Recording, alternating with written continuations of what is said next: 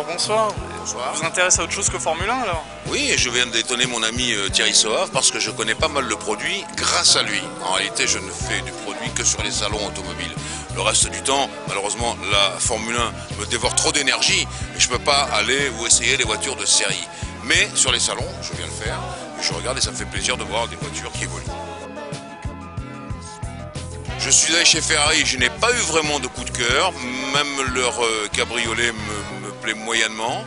J'ai été déçu par l'Audi A7 Sportback et finalement je préfère regarder la nouvelle Porsche par exemple, que je trouve pas mal du tout.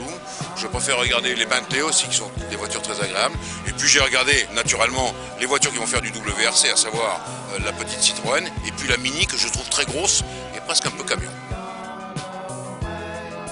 Alors écoutez, moi, vous savez, je suis très âgé maintenant, tout ça pour moi ça fait partie du paysage. Alors, on m'a dit que les plus belles étaient chez Seat, ce qui est vrai, et naturellement chez Fiat aussi, mais ça je fais confiance à mes amis italiens. J'aime beaucoup les innovations et notamment les innovations technologiques. Moi j'aime beaucoup les marques françaises, ce qui me paraît, et Renault. En plus Renault, je trouve que c'est une marque française, mais aussi en plus appartient un peu au patrimoine français. Quand vous interrogez les Français, vous discutez avec les Français, on a l'impression que Renault leur appartient aussi. Donc je trouve que c'est bien, donc on réagit aussi notre industrie. À une époque où on parle de protection de l'environnement, d'innovation, de nouvelles technologies, la voiture électrique en fait partie, que ce soit en termes d'innovation technologique, mais également en termes de protection de l'environnement. Donc ça allie les deux et c'est vrai qu'aujourd'hui, c'est devenu un produit qui intéresse toutes les générations.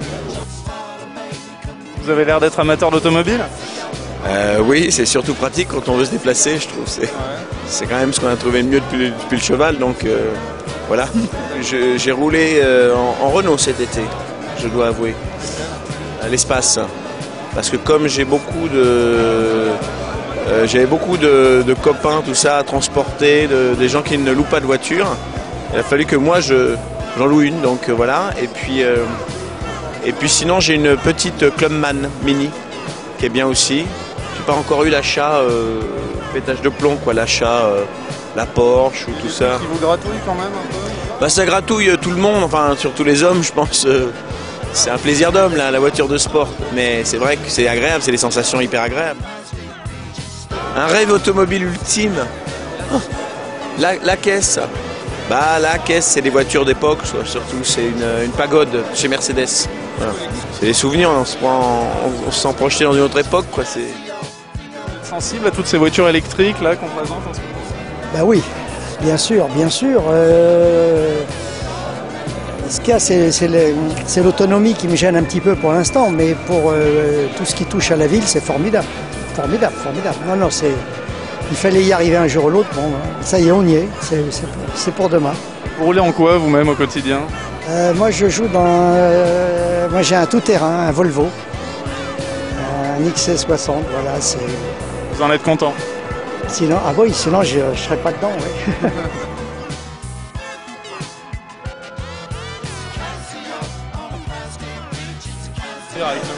Ah, j'ai une Mini Cooper, moi.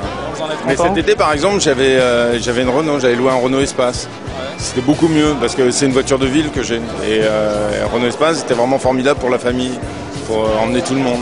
J'ai envie de voir les nouveautés, les voitures d'exception et surtout la façon dont les designs évoluent et les options que prennent chaque grande marque, c'est-à-dire il y a toujours une part de risque sur les projets, donc c'est intéressant de voir s'ils se différencient, s'ils sont tous un peu sur le même modèle. Je trouve que c'est un bel objet la voiture, donc je regarde en amateur, mais qui a envie de jouir d'un bel objet et en même temps d'une belle technologie, quoi. Non, je m'en fous, je préfère un avion, alors tant qu'à choisir, c'est plus rigolo.